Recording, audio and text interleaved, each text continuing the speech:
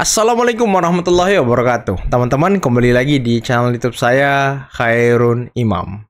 Gimana nih kabar kalian? Semoga kita semua selalu diberi kesehatan, kemudahan, dan juga limpahan rezeki dari Yang Maha Kuasa, teman-teman ya. Nah, di video kali ini kita akan membahas seorang pengacara yang sangat luar biasa, fenomenal, selalu teriak-teriak, selalu ngamuk-ngamuk, tapi sayangnya tak pernah menang di pengadilan. Ya, mungkin karena dia tak pernah menang di pengadilan, makanya dia selalu mengedepankan emosinya, teriak-teriaknya, biar tetap bisa dilirik oleh orang lain dan bisa tetap mendapatkan klien, teman-teman. Tapi ya, kalau kita pikir-pikir, klien dia ini tidak lain dan tidak bukan berasal dari lingkaran-lingkaran dia doang, kawan-kawan dia doang. Orang TPUA, dan sepertinya bukan kliennya yang meminta, tapi dia yang menawarkan diri gitu. Jadi dia menawarkan diri, "Wih, bos TPUA, sini dong, saya jadi pengacara kalian, saya jadi koordinator pengacara kalian."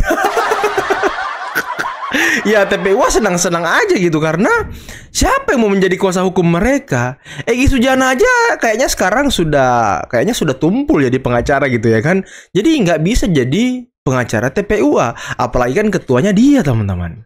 Dan semalam saya melihat beliau ini yang namanya Ahmad Kozinudin itu kan tampil di iNews kalau nggak salah ya. Nah, ketika dia tampil di situ di acara interupsi, dia lagi-lagi memperagakan sebuah akrobatik yang untuk menarik perhatian masyarakat dan berusaha untuk mencuci otak masyarakat. Tapi ya kalau soal mencuci otak mungkin ya beliau ini sudah paham gitu ya kan. Sudah khatam beliau ini, teman-teman. Karena apa? Ya beliau ini kan berasal dari organisasi atau ormas yang sudah dibubarkan di Indonesia, yakni Hizbut Tahrir Indonesia, teman-teman. Dan kalau kita lihat jejak rekam si Kozinudin ini, memang di setiap akun-akun Facebooknya dia selalu membuat tulisan, karena kan dia juga mengatakan dirinya ini sastrawan, teman-teman. Sebenarnya yang mana yang benar sih, dia di pengacara atau sastrawan? Karena di kalangan HTI dia juga dikenal sebagai sastrawan karena tulisan-tulisannya yang selalu mengkritik demokrasi, yang selalu menjatuhkan demokrasi, yang selalu ingin mengubah demokrasi, yang selalu ingin mengubah dasar negara kita menjadi khilafah dan lain sebagainya. Ya, tulisan-tulisan dia ini yang selalu diproduksi ulang oleh kelompok-kelompok mereka, cecenguk-cecenguk mereka nih, teman-teman. Makanya ya wajar saja kalau dia tampil di TV, tampil depan kamera selalu ngamuk-ngamuk. Ya mungkin itulah interpretasi juga dari kelompok-kelompok dia dahulu, teman-teman ya. Nah, selain itu di akhir video, kita akan menyaksikan juga nih perdebatan yang sangat seru antara kuasa hukum Pak Jokowi, Bapak Jakub Hasibuan, dengan Roy Suryo. Dan lagi-lagi Roy Suryo dipermalukan habis-habisan oleh Pak Jakub. Dan kebohongan Roy Suryo juga terbongkar, teman-teman. Yang skripsi yang selama ini dia gembar-gemborkan, katanya skripsi Pak Jokowi tulisannya tesis. Nah, itu dibongkar juga Pak Jakub di dalam tayangan nanti, teman-teman.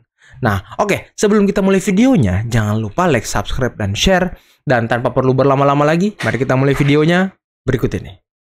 Saya pikir di Bareskrim akan ditunjukkan, ini loh saudara rakyat, ijazah yang kami teliti dari lab forensik, dan ini asli. Kami.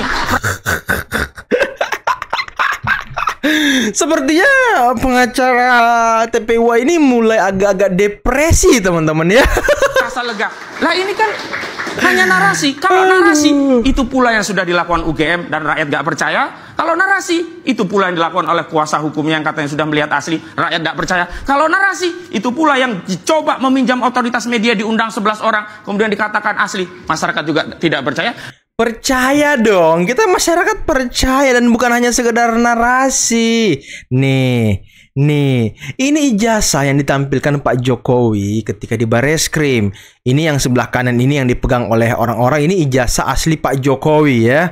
Warna kuning kertasnya. Dan yang gede ini, teman-teman, ini adalah fotokopi ijazah Pak Jokowi yang sudah dilegalisir oleh UGM.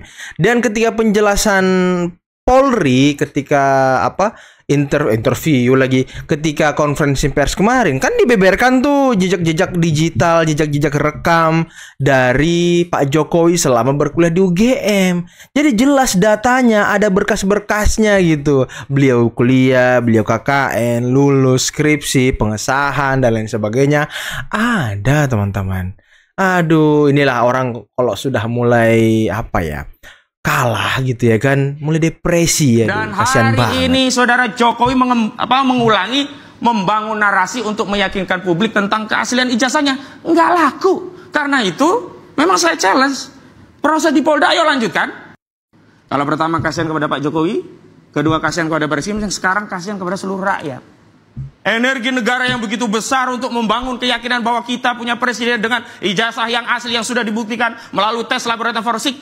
Ternyata hari ini coba lihat saja di sosial media bagaimana, apakah mereka percaya? Percaya dong. Beliau berdua ini kalau di ruangan ini yang percaya. Yang di sini tanya saja, percaya. Saya sendiri tidak mungkin saya meyakini suatu barang yang tidak saya lihat sendiri. Astaga, katanya yang nggak percaya kalau ini makin lucu orang ini, teman-teman. Makin lucu asli loh.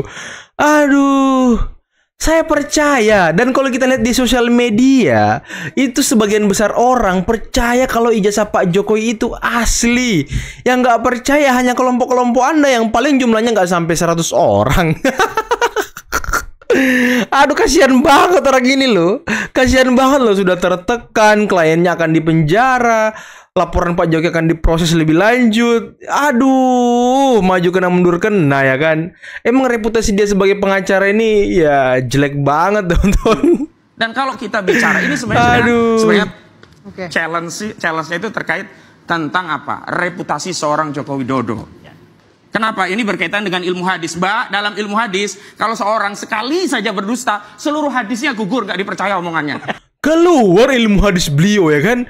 Keluar ilmu hadis beliau. Coba ilmu HTI-nya keluarin. Coba ilmu HTI-nya keluarin. Ayo keluarin semua ilmunya. Saudara Joko Widodo itu berapa kali berbohong. Makanya nggak cukup dengan narasi, harus dengan bukti. Kalau dia udah di penjara, saya potong sapi, Pak. Dan gitu. Kita nggak bisa menerima bahwa ini pembungkaman aktivis. Tidak bisa. Pembungkaman demokrasi kalau memang terbukti di pengadilan, ya kan? Mereka tidak bisa membuktikan ijazah Pak Jokowi palsu. Kalau mereka menyatakan bahwa mereka itu aktivis, saya akan bertanya sama mereka. Ya kan? Alas dasar hak kamu sebagai aktivis apa? Kalau saya aktivis jejak digital saya jelas. Wih, mantap Pak Firdaus. Ya kan? Tahun 90 sekian, tahun 2000 sekian, saya aktivis, jelas semua ada. Datanya, berkasnya ada, saya sebagai aktivis. Nah, kamu sebagai aktivis apa? Aktivis bagian ngaco. Kalau aktivis yang benar kayak saya, otaknya masih normal. Waktunya nyerang, waktunya sadar kan gitu. Tapi kalau mereka kan gaspol semua, kayak ada pesanan gitu loh. Ada pesanan. Kayak ada pesanan, dari siapa gitu kan. Tapi ya Pak Firdaus ini kan lawyer juga, teman-teman, pengacara juga. Dan Kosinudin itu juga pengacara. Jadi beliau sama-sama pengacara nih. Tapi kalau saya lihat ya, ini Pak Firdaus masih lebih waras daripada si Kosinudin. Tapi yang bacanya nih, ini apa, ada pesanan atau apa sih, kayak nggak wajar kalau orang waras, aktivis waras tuh nggak kayak gitu itu. Kalau saya sih mendengar kabarnya bukan pesanan, Bung Firdaus. Kesurupan. Ada semacam hadiah. 16 senilai 16M yang disampaikan oleh Egy Sujana itu. Kalau itu ya, pemantik lah. Saya nggak bisa kerana itu karena kan itu kan digulirkan oleh Egy Sujana press conference loh itu. Iya, karena ya, itu kan dipromokan oleh salah satu partai kan. Iya. Saya nggak berani colek itu. Iya. Saya nggak bercolek itu. Saya tetap menghargai kearifan lokal. Kita berpolitik. Saya nggak berani komentar. Kan tadi kan ada yang request. Iya. Itu kan request dalam bentuk lain sebenarnya. Iya, sebenarnya menyerang Jokowi pribadi. Ini memang punya siapa? Ini memang bukan punya Jokowi, jadi ini nggak usah. Karena Jokowi nggak ada. Iya, ini punya siapa, Mas? Karena saya nggak tahu, karena Jokowi nggak ada. Berarti bukan punya Jokowi, Pak. Enggak, ini salah ini. Ini meleset ini. Karena punya Pak Jokowi tidak ada, ini lebih fatal, Mas. Jadi Mas Aiman, nggak ada lembaran pengujinya. Mencak-mencak ya kan? Mas Roy dapatkan. Iya, yang saya pegang sebagai bukti digital evidence primer, nggak ada lembar pengujiannya. Sebuah skripsi yang nggak ada lembar pengujiannya itu nggak mungkin lulus. Sekarang mulai berubah nih Mas Saiman. Kemarin kan dibilang seakan-akan ini punya Pak Jokowi. Enggak pernah Mas. Gitu ya? Enggak pernah. Saya tidak pernah bilang ini punya Pak Jokowi. Ada bohong loh Mas. Saya konfirmasi ulang ya. Iya, Saya konfirmasi. Oh iya. Kalau yang tulisan tesis juga bukan punya Pak Jokowi ya? Punya tulisan tesis itu punya temannya Jokowi. Yang namanya Saminuddin Barudin. Oke. Terima kasih.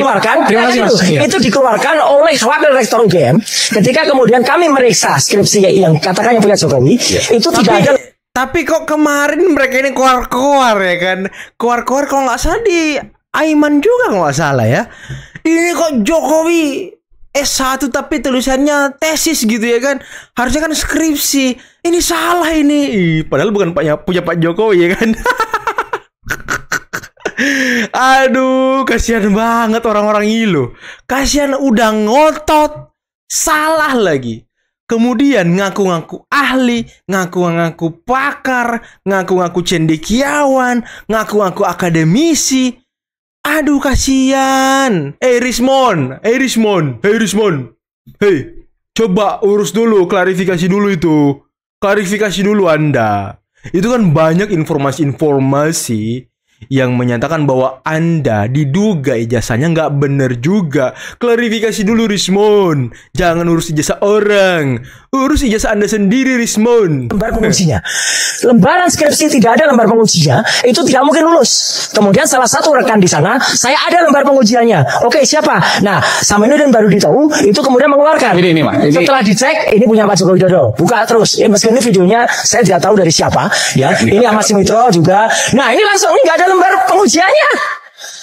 Nggak ada lembar pengujiannya. Tolong diriwain sedikit. Langsung dari lembar pengesahan, langsung ke daftar ini. Ini pun juga lucu Mas Saiman. Ini dia. Bisa ini dari sini ya. Ini masih namanya Profesor Dr. Insinyur Ahmad Sumitro.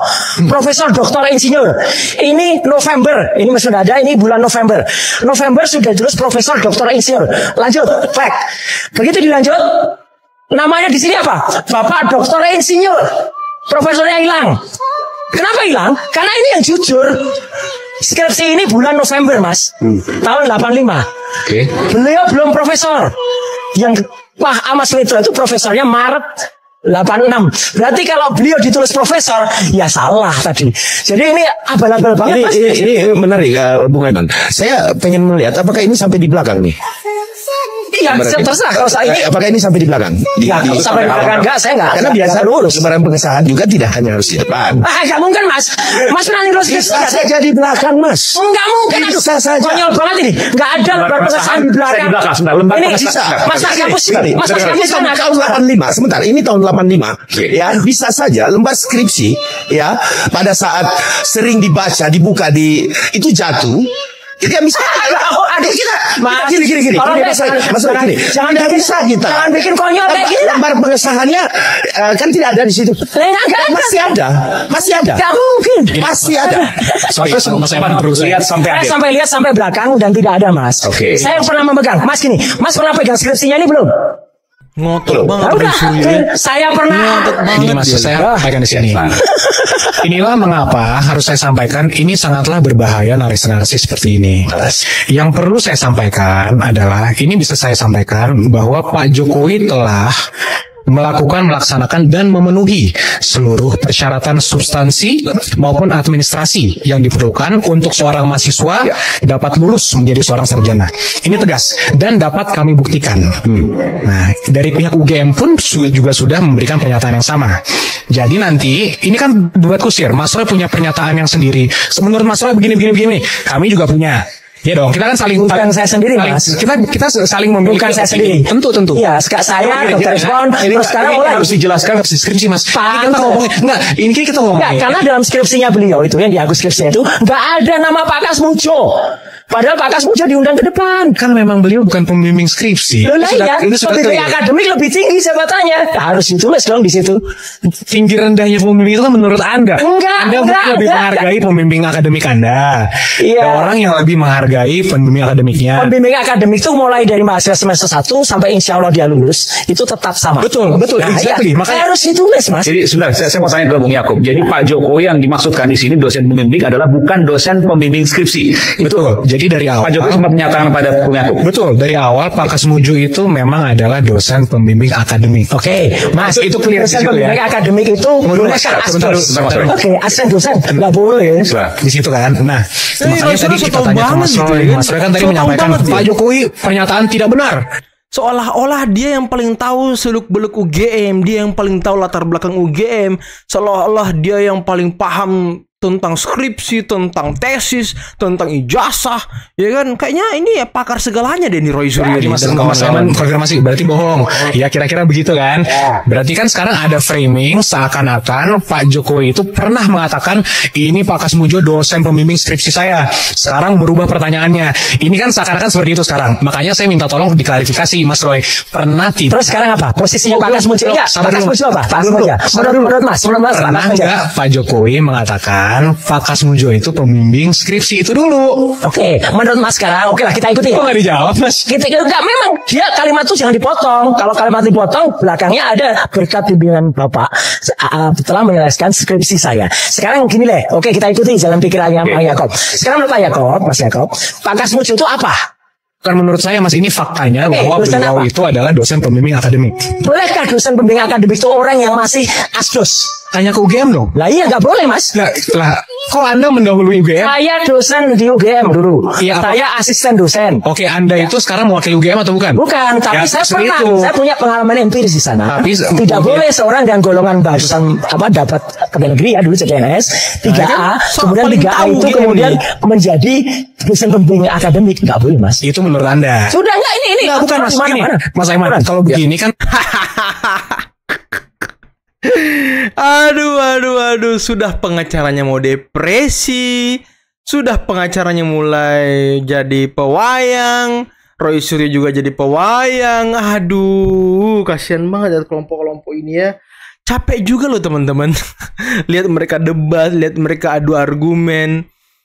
Iya, tapi ini ya, selama kasus ini bergulir, soal ijazah Pak Jokowi ini bergulir, mereka ini, kelompok-kelompok Roy Suryo ini selalu mengupdate isu narasi mereka loh. Sesuai dengan apa yang berkembang di masyarakat. Ketika kebohongan-kebohongan dia ini mulai terbuka, mereka langsung mencari strategi baru untuk menyerang balik.